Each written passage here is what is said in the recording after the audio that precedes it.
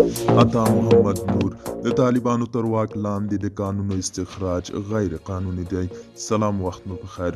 د بلخ پخوانی ولی او جهادي څیره عطا محمد نور د طالبانو تر واک لاندې افغانستان کې د کانونو پر استخراج نیوکه کړی او دا چاره یې غیر قانوني بللې ده.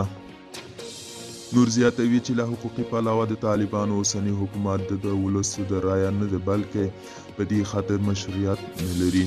هغه د ځینو ویډیوګانو په خپرولو ویلي چې په تخار او بدخشان ولایتونو کې په دې وروستیو کې د سرو زرو د کانونو غیر فني کیندنې ډېرې شوې دي. نور ادعا کوي چې دا کیندنې زیاتره طالبانو ته د نږدې کسانو له لوري د ځایي خلکو په ګواښلو سره کیږي. بلخوا د طالبانو حکومت ادعا کوي چې د قانوني مدیریت ته یې لومړیتوب ورکړی او وخت ناوخت د ځینو قراردادونو د ورکړې خبرونه هم خپروي.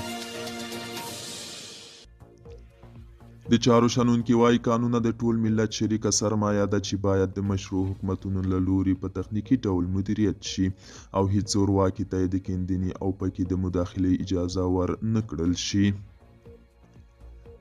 د یادونې وړ ده چې د وړاندې په ځینو ولایتونو کې پخواني جهادي قوماندانان د هغوی جنګیالي او زورواکي هم د کانونو په خپلسري استخراج او قاچاق تورن شوي دي. دوستانو، دا و د ورځې چمتو کړی خبر. تر بیا